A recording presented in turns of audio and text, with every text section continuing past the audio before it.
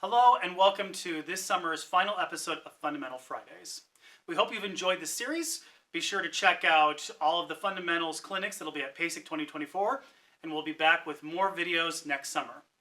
Today we have a vibraphone clinic from Dr. Joshua Smith.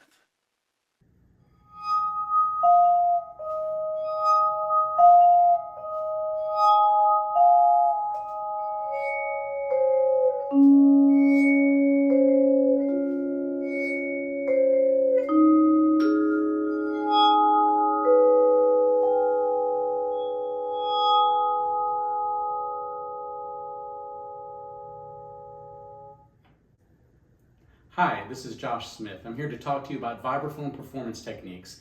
Some of the topics that I'm going to discuss may be familiar to you, some of them may be new. Hopefully, no matter what your skill level or experience level is, after watching this video, you will be equipped for even better vibraphone performance in the future.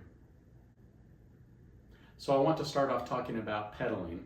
The vibraphone pedal is one of the features that really sets the vibraphone apart from most of the other keyboard instruments in our family. Without the pedal engaged, we can still play the notes,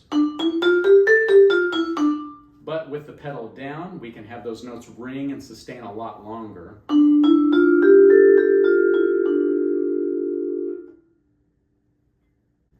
And it's important to note that you don't only have two positions for the pedal, those being up and pedal down.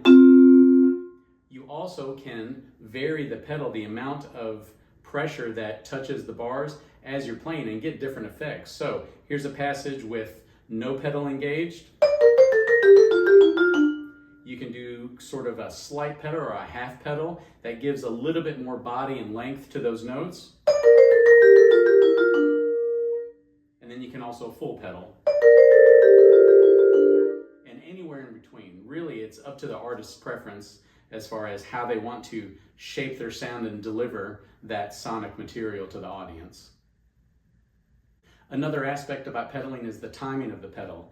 You can create almost a seamless transition from note to note if you do the pedal right at the right time. For instance, you can hit the bar with the pedal not engaged and then immediately push the pedal down afterwards, almost sort of like a flam timing, ba-da, ba-da, and you can still have the note sustained. So my timing of it is hit and then feet. So, and that works well when you have two different notes that you need to go back and forth between and create sort of that seamless factor, and you don't have time to do any kind of mallet dampening.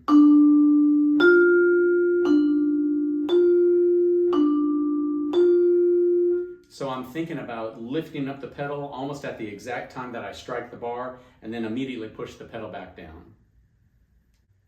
Another aspect of vibraphone performance we need to address is mallet dampening, and that means hitting the note and then dampening it by touching that note with the mallet. And that can be the same mallet that played the note or a different mallet depending on where the melody is traveling or where the next note is, depending on what mallets you're holding. This works with 2 mallets or 4 mallets. So one aspect of mallet dampening is after you play the note, and if you're going to dampen it with the same hand, don't necessarily spend a lot of energy lifting that mallet back up, but rather have it hover just barely above that bar so that it's ready to push in and dampen.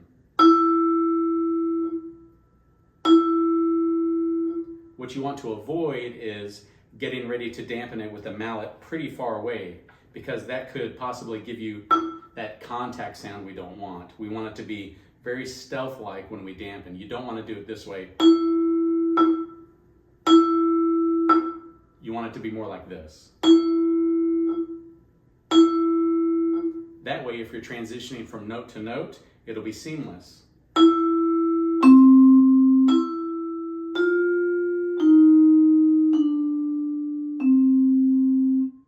You can also create exercises for yourself or some kind of etude or familiar melody or something like that. It can also be just random, just going from note to note and then dampening with the mallet that just hit that note. So something that's random could sound something like this.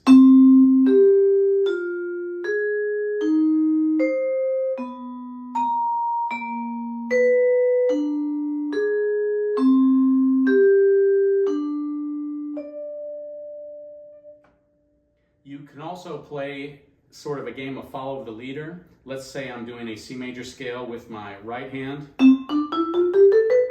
and then I want to use the other mallet to sort of travel behind and dampen each time. I'm going to dampen the first note and then keep the mallet engaged, pressing on the instrument, and then shift over, sliding every time I hit a new note. Sounds something like this.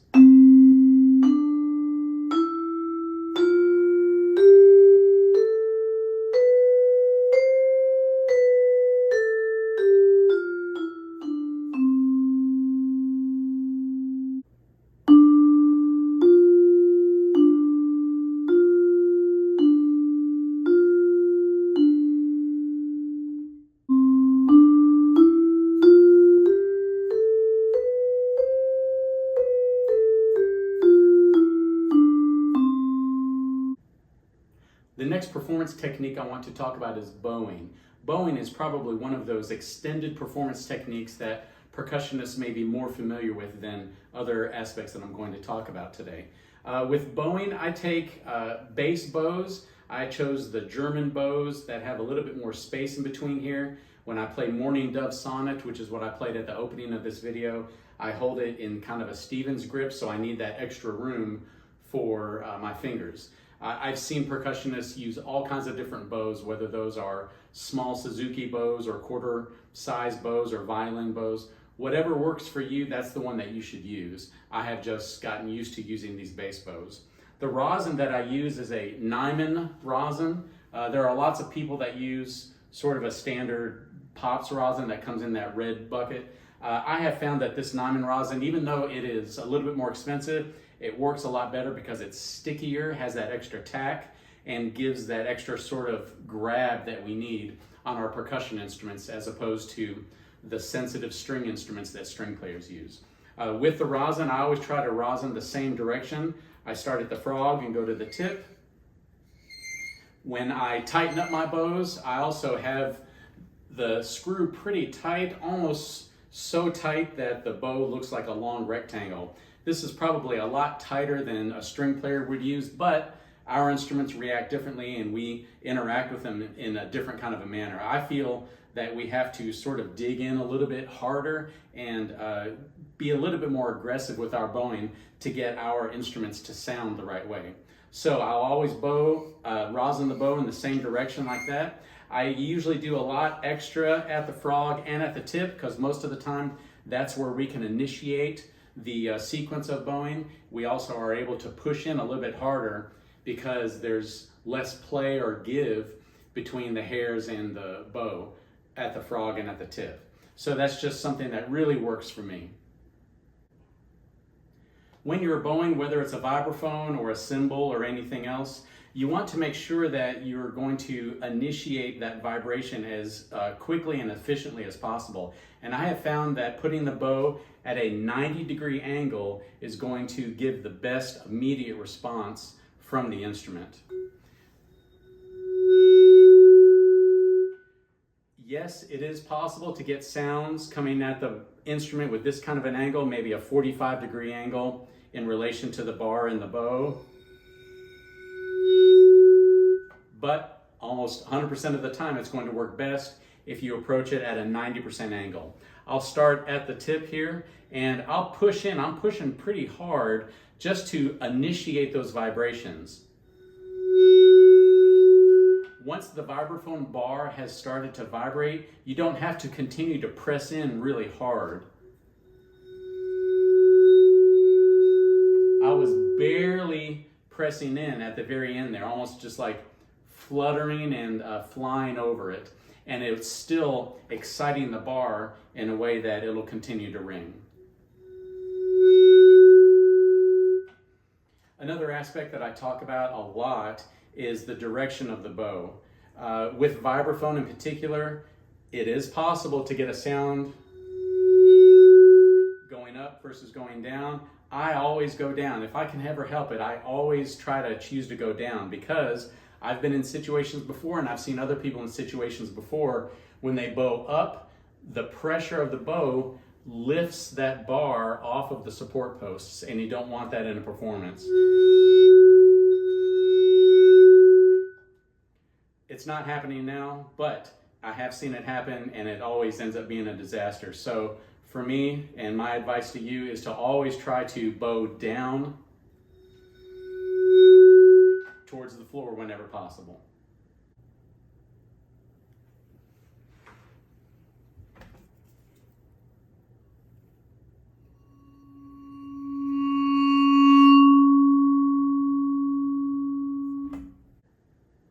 Another aspect of extended performance techniques on vibraphone is pitch bending. With pitch bending, you need a xylophone mallet. I try to get a medium soft or medium hard xylophone mallet, and then you can either use another regular vibraphone mallet or a bow, which I'll demonstrate in a second.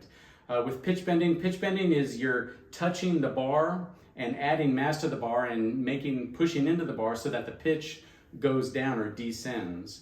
The mallet that I use is a soft Innovative Percussion 902 James Ross mallet. I have a little bit of moleskin across the top of it to help kind of disguise the touching of the bar, the initial contact with the bar.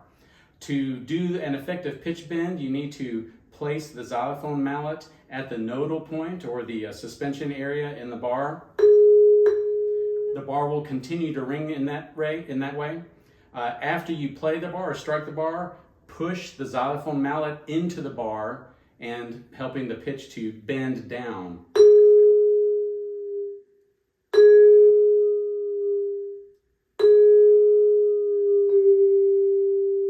The reason I use a softer mallet as opposed to a harder mallet is because you can potentially get that contact sound. This is an obscenely hard mallet. You would never use this on vibraphone, but I wanted to bring it in just to illustrate.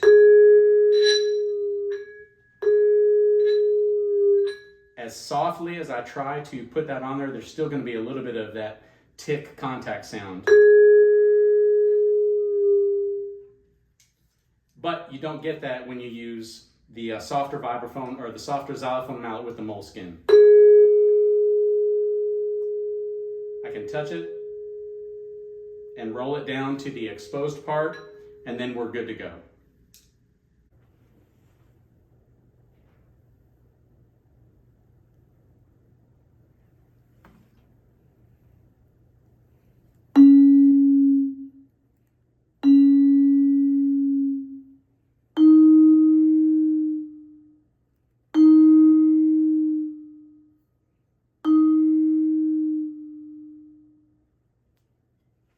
You can also have a lot of fun with pitch bending, incorporating it with a bow as well. A bow will give you a really long, sustained sound.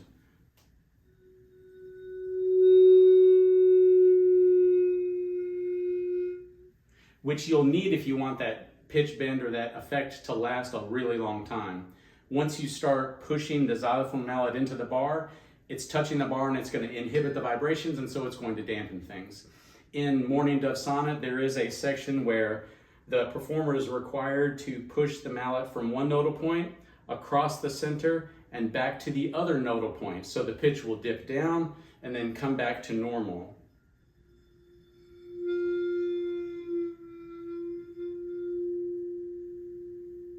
Really a cool effect.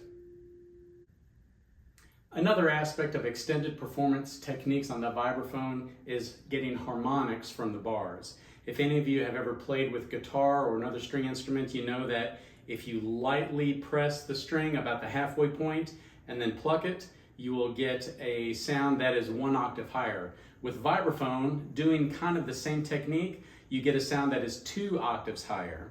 So I have my B natural here, and when I play it while lightly pressing on the middle or around the middle of the bar and then playing on the nodal area, I'll get a sound that is not 1 but 2 octaves higher. So normally, lightly pressing in the middle,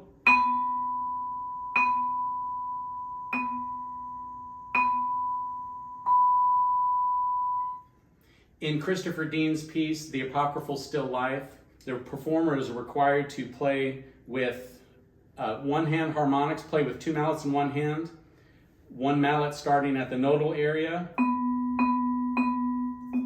and then as the other mallet plays, the entire set is moved and shifted so that the middle mallet is touching the middle, and then the other mallet is playing on the nodal area with a kind of a blend from natural ringing and sustain to that 2-octave jump to the harmonics. It sounds pretty cool.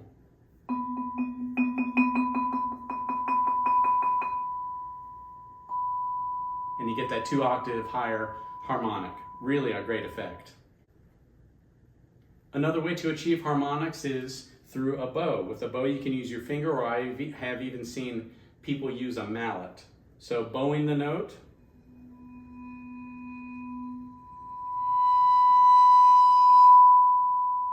Getting that 2-octave higher sound. Could also push it with a mallet.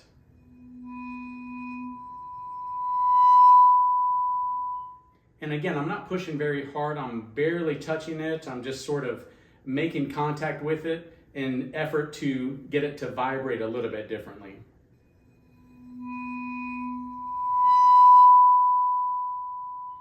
On my instrument, I've gone through and I've taken a light pencil and made marks, little small X's where the bar has told me it's the best place to push for the harmonic.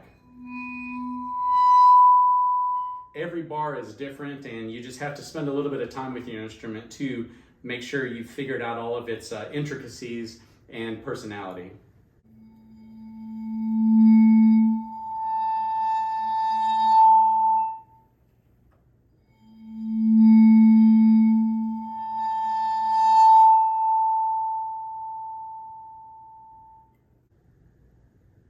Thanks for watching. I hope you've enjoyed this video, and I hope it has empowered you to level up your vibraphone performance skills. Happy practicing.